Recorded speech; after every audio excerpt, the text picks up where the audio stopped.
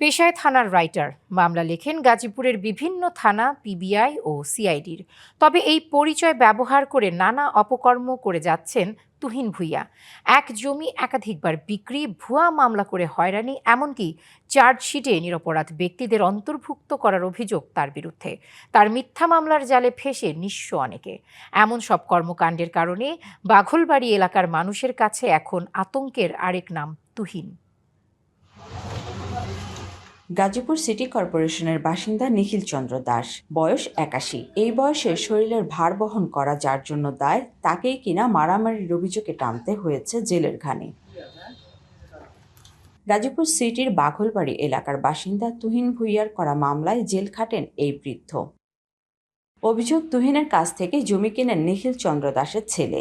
এই জমি আরও দুইজনের কাছে বিক্রি করেন তুহিন। এ নিয়ে বিরুদ্ধে নিখিল চন্দ্র ও তার পরিবারের নামে মিথ্যা মামলা দেন তিনি। মামলা তুলে নেওয়ার কথা বলে হাতিয়ে নেন ৫ কাঠা জমিও। ছেলের নিয়ে আমি বিপদ করছি, আরো এই ছেলের হয়রানি করতেছে, বিপদ মিথ্যা মামলা টামলা সমস্ত কিছু দিতেছে, দেহারি একটা হয়রানি করিয়া। ৫ কাঠা জমি লেখাও দেওয়া হয়েছে, তারপরও ওরা থামে নাই, একের পর এক মামলা দিয়ে আমাদের হেনস্থা করতেছে। গাজীপুরের বিভিন্ন থানা, সিআইডি ও পিবিআই অফিসে মামলা লেখকের কাজ করেন তুহিন। এই পরিচয় ব্যবহার করে একের পর এক অপকর্ম করে যাচ্ছেন তিনি।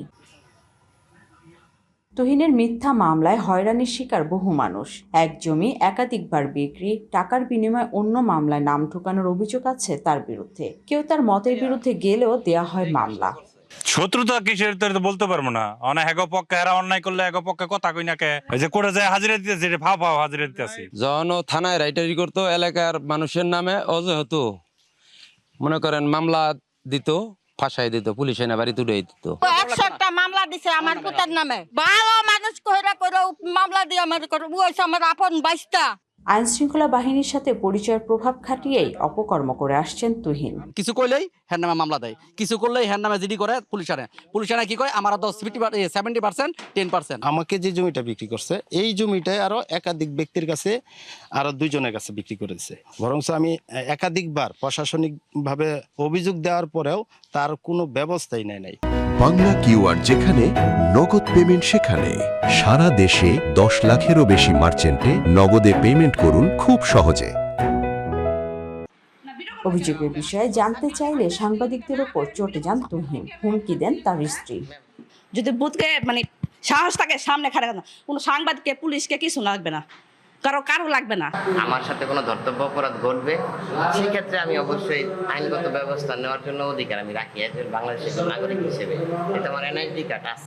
এ বিষয়ে ক্যামেরার সামনে কথা বলেনি পুলিশ। আইনজীবী জানালেন, পদ পরিচয়ের প্রভাব খাটিয়ে হয়রানি কিংবা মিথ্যা মামলায় জড়ালে আইনি ব্যবস্থা নেওয়ার সুযোগ আছে। মিথ্যা মামলা যদি কেউ করে এবং যারা সাক্ষী দেয় এবং সহযোগিতা করে, এটা তো আবার সুনির্দিষ্ট হতে হবে এবং তাদের বিরুদ্ধে অভিযোগ থাকতে হবে যে এরা এটা করেছে। এরকম যদি করে তাহলে আপনি বিজ্ঞ আদালতে বিভিন্ন সেকশনে মামলা করতে পারেন। তুহিনের মামলার জালে নিরপরাধ যেমন হয়রানির শিকার হচ্ছে, তেমনি ক্ষুণ্ণ হচ্ছে পুলিশের ভাবমূর্তি। Mahmuda Sikder, DBC news, Gazipur.